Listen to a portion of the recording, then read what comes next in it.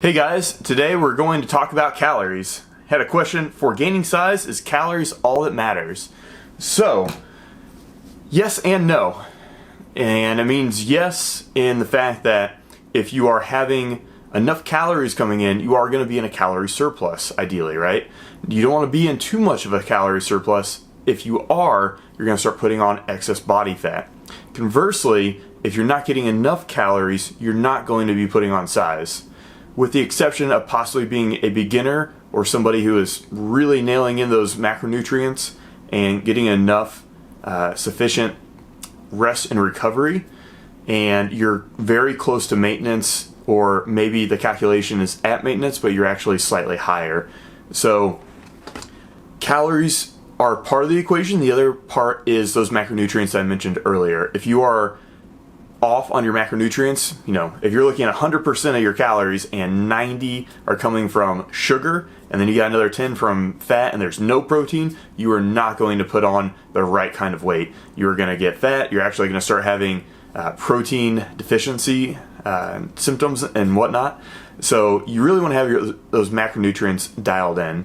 So ideally, you're aiming for about 1 gram per pound of body weight for your protein. That's going to depend on your overall size and body fat.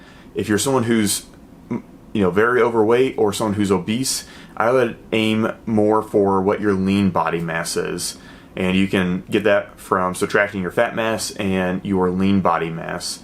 A good way to do this is to go online, see what the body fat percentage is for your gender, and to ballpark it. You don't have to be super specific about it.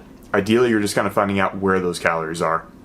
So from there, you want to have at least a minimum of 20% of your calories coming from fat. Ideally, you're getting kind of a good split, about a 33% of your saturated, polyunsaturated, and monounsaturated. If you're doing that, you're doing really well. You want to have enough saturated fat in there for your hormones. You want to make sure you are getting cholesterol. You don't want to go crazy with it, but I would recommend anywhere from 1 to 3 eggs, depending on your body size. Bigger people are going to probably need those 3 eggs or so. People who are a little bit more on the small side, 100 pound, kind of around that 100 pound mark, you probably get away with just having 1 egg. So the remainder of the calories can really come from whatever you want. You can either have them come from your carbohydrates, from your fats, or a mixture of both, and that's what I'd recommend. A lot of times people tend to gravitate almost towards the 50-50 of those calories, with a little bit of preference towards carbohydrates, which makes sense. We're kind of naturally driven to that, and from a weightlifting or a glycolytic, glycogen, a glucose kind of activity with weight training, sprinting, plyometrics, things that are usually more short burst and high intensity, you're going to want to have more carbohydrates. So I'd recommend starting off with a 60-40 split with those remaining calories. A good place to start calorie-wise is take your current body weight, multiply that by 15, and then bounce up anywhere from 5, probably around 5% is what I'd recommend. If you're a quote-unquote hard gainer, you go upwards of 10, but a lot of times hard gainers are just having a hard time getting the correct amount of calories. They might be underestimating what they're eating, or they're not getting a sufficient amount of protein to elicit a response from that.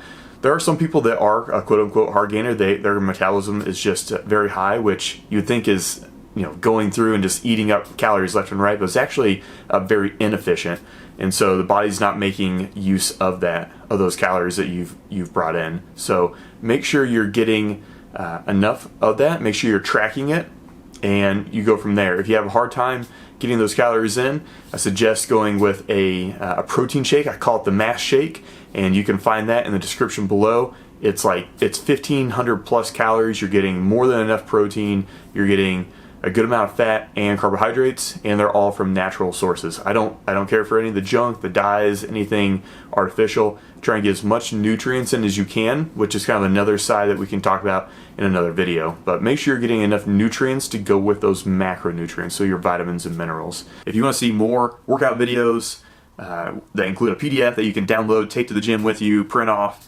If you want more fit foods, basically a recipe book, if you will, of what you can do to both satisfy the palate, but also help with your recovery and efforts in the gym.